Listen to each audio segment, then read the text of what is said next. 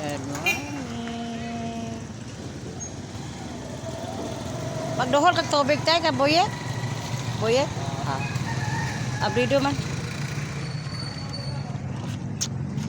Tingnan mo si tatay, oh. Sas. Para lang ka mo sa mga bata-bata. Sa tatay, oh. Tingnan mo ka. Araw-araw ito na exercise, oh. Pre, edad mo tayo? Oh, tingnan niyo mga katusok, 69. Solid pang katawan. Kung bakit? Dahil araw-araw niya ginagawa yan. Tulong sa katawan niya. Tapos, oh, tingnan mo, nagbubuhat.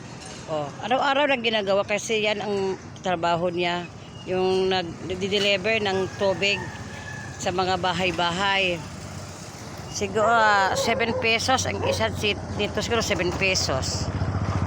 7. Ilang container yan. Ilang container yan. Grabe, tingnan nyo. 69 ang edad ni tatay. Kaya pa niya magbuhat ng ganito. Kayo dihang mga bata pa. Siguro ang 20 years old pa dyan. Di marunong, di kaya ang ginagawa ni tatay. Oh, tingnan nyo. Tapos, bagang 5 beses isang araw yan. 5 beses isang araw yan. Buhat-buhat ng ganito. Oh, tingnan yung katawan ni tatay kay Gabi. Lupig by baksinero. Masul-masul, grabe.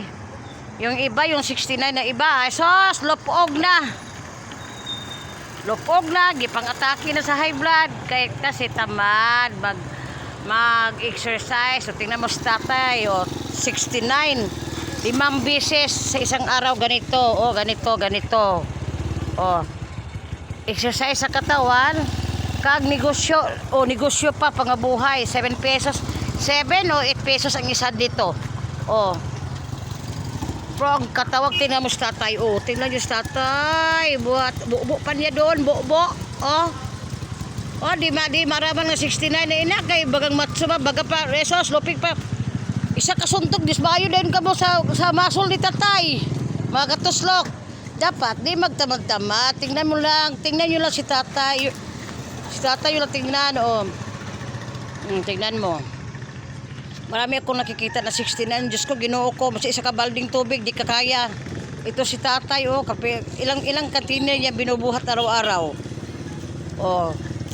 Pero tingnan nyo si tatay, bagang 40 years old lang. Dahil, araw-araw ginagawa niya yan. Yang iba dyan, mga 60 plus, mga high blood na, stroke na pa. Gayahin nyo si tatay, mga katuslok. Gayahin nyo.